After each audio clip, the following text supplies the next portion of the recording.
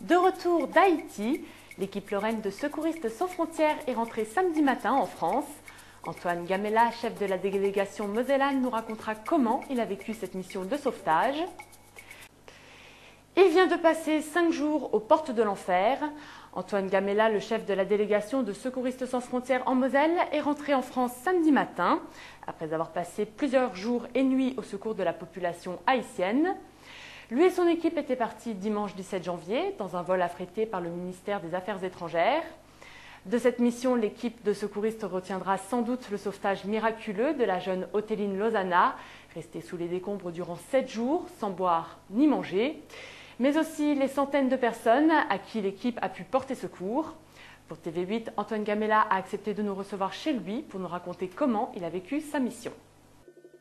C'est vrai, quand on regarde les photos, on se voit encore marcher sur ces décombres, on se voit encore avec le bruit qui génère dans les oreilles, on a cette odeur de corps qui arrive, on a du mal à s'en défaire, il y a tout qui remonte et ça nous fait des émotions fortes. Sur son écran de télévision, Antoine Gamella revisionne avec émotion les images qu'il a prises lorsqu'il était en mission en Haïti. Le secouriste sans frontières est resté sur place pendant 4 jours et a vécu des moments forts, comme le sauvetage d'Othéline, une jeune femme de 25 ans. Pendant plus de 12 heures, les secouristes ont dégagé les décombres qui l'entouraient, en travaillant à plat ventre la plupart du temps. Quand on a réussi à défaire tout ça, c'est incroyable. Les médecins lui ont demandé si elle pouvait bouger ses jambes. Elle a fait oui. Elle a plié légèrement ses jambes, elle a réussi à passer ses jambes dans l'orifice et de là, elle a rampé elle-même en arrière, à plat ventre, sur le brancard. On a tous pleuré. Toute la population qui était là, elle a applaudi. Il y a l'émotion qui est montée. On s'est tous embrassés les uns les autres.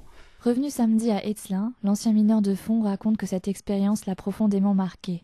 Les souvenirs sont encore vifs. Malgré le fait d'avoir accompli sa mission avec succès, Antoine regrette de ne pas avoir pu rester plus longtemps sur les lieux pour venir en aide à la population haïtienne. Retour dans l'avion, on a nos idées qui sont encore là-bas, on a toutes les images qui défilent, surtout la miraculée.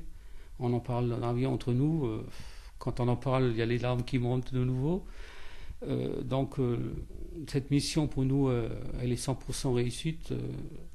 On a sauvé une vie, on va dire rien qu'une vie, mais c'est énorme.